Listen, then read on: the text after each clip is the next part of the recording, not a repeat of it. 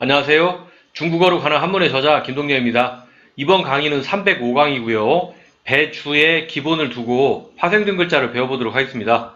배주자는 우리가 38강에서 배운 적이 있습니다. 어원은 나룻배라고 말씀을 드렸고요. 그림에 보면 어떤 사람이 막대기를 들고 있죠. 자, 이렇게 생긴 막대기를 예전에는 강을 건너거나 할 때 이렇게 긴 막대기가 필요했는데요. 글자에서 보면 이 부분이 막대기에 해당이 되는 부분입니다. 그리고 여기에 이렇게 네모난 부분은 그림에서 보자면 이렇게 생긴 배의 모양이라고 보시면 되겠고요. 그 다음에 여기에 서 있는 이 사람은 이렇게 점으로 보시면 되겠습니다. 그리고 이 나머지 꽁지 부분은 이 배의 뒷부분이라고 보시면 되겠습니다. 그래서 이것을 배라고 했고, 이 배가 마치 또 쟁반이나 그릇 같아서 그런 의미로도 조금은 사용이 되었습니다. 관련 글자를 배워보도록 하겠습니다. 첫 번째 글자는 배선, 그리고 두 번째 글자는 배항입니다. 자, 배. 방금 전에 우리가 배주자라고 해서 제가 다시 한번 설명을 드렸었는데요. 일단 이 부분을 본다면 왼쪽만 보면 뜻은 바로 나왔죠? 그냥 배입니다. 그리고 위쪽에 보면 오른쪽에 있는 것이 음의 역할을 하는 부분인데요. 한문에서 그렇게 많이 등장하진 않지만 늪연자라는 글자입니다. 그래서 글자를 써본다면 이렇게 하고 그 다음에 아래쪽에는 이런 형태를 띠는 모습으로서 늪연자입니다. 이게 세월이 지나면서 음이 뭘로 변했다? 선이 된 것입니다. 그래서 오른쪽에 음 역할을 하는 부분이 선이다. 그래서 우리가 생활 속에서는 선장, 배의 대장이죠. 그 다음에 물고기 잡는 배를 어선이라고 하죠. 그래서 배선자이고요. 그 다음에 아래쪽은 배항자다. 오른쪽에 있는 글자가 높다 항자인데요. 높다 항자가 음의 역할을 하고 있는데 높다 항자는 우리가 예전에 36강에서 배운 적이 있고 이 글자의 어원은 뭐였다? 사람의 목이었다. 그래서 그림에서 보자면 요렇게 생긴 부분이 사람의 어디에 해당이 된다? 목에 해당이 된다. 이렇게 보시면 되겠습니다. 그리고 나머지가 되는 부분은 사람의 머리 부분에 해당이 된다. 목항, 높다 항자다. 하지만 앞에서는 뭐의 역할만 한다? 음의 역할만 한다. 이렇게 보시면 되겠습니다. 그래서 높다 항. 둘 다 뜻은 배주자에서 배선, 배항. 여기 배항자에서는 우리가 생활 속에서 볼 수 있는 단어는 뭐 배가 머무는 곳 항구, 배가 운행하는 거 항해, 하늘에 날아다니는 배처럼 생긴 거 항공기.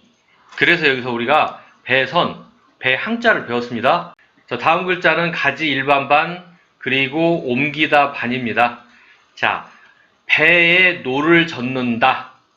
여러 가지 배들로 물건을 나른다. 자, 물건을 나르는데 배 하나에 물건이 세트로 들어가죠. 그래서 세트 물건, 그냥 한 종류다. 한 가지다. 자, 한 가지를 묶어서 그냥 하나로 보는 겁니다.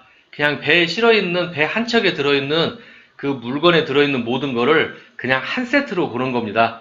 그래서 우리가 그 의미에서 자, 한 가지다.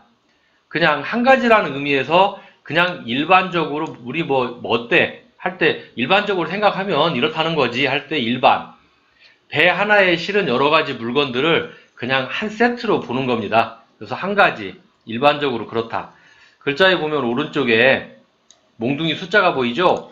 몽둥이 숫자는 우리가 14강에서 배웠고요. 오른손 또우가 밑에 쪽에 있고 위에 이런 모양이 있죠? 그림에 보면 어원은 손에 든 몽둥이 모양이다라고 했으니까 오른손 또우와 몽둥이의 손잡이다. 이렇게 보시면 되겠습니다. 그래서 위에서 한 가지다, 일반적이다. 배주자와 몽둥이 수가 만나서 가지 일반 반이라는 글자를 형성하고요. 생활 속에서 볼 수 있는 단어는 일반적으로 이렇다 할 때 쓰는 일반. 그리고 아래쪽에는 옮기다 반자가 있는데요. 방금 전에 우리가 가지 일반 반을 배웠죠? 그래서 그 부분만 본다면 이 부분의 음은 뭐다? 반이다. 뜻을 나타내는 부분은 왼쪽에 손 숫자에서 그 뜻을 볼 수 있는데 손으로 물건을 들어서 어떻게 했다? 옮겼다. 그래서 뭐 운반 또는 밖으로 꺼내는 거, 반출 이런 단어가 있죠. 그래서 여기서 우리가 가지 일반 반, 옮기다 반을 배웠습니다. 자, 다음 글자는 큰 쟁반 반입니다. 큰 쟁반이다. 자, 아래쪽에 보면 그릇 명자가 보이는데요. 자, 그릇 명자가 보이죠?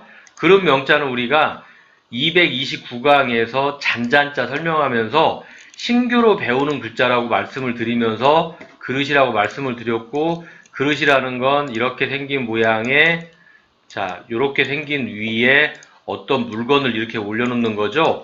그러니까 이 모양의 형태가 어떤 모양을 띈다. 이렇게 그릇 명자의 모양을 띈다. 이 말씀 드렸습니다. 다시 앞쪽으로 와서 그 그릇이 어떻다. 큰 쟁반이다.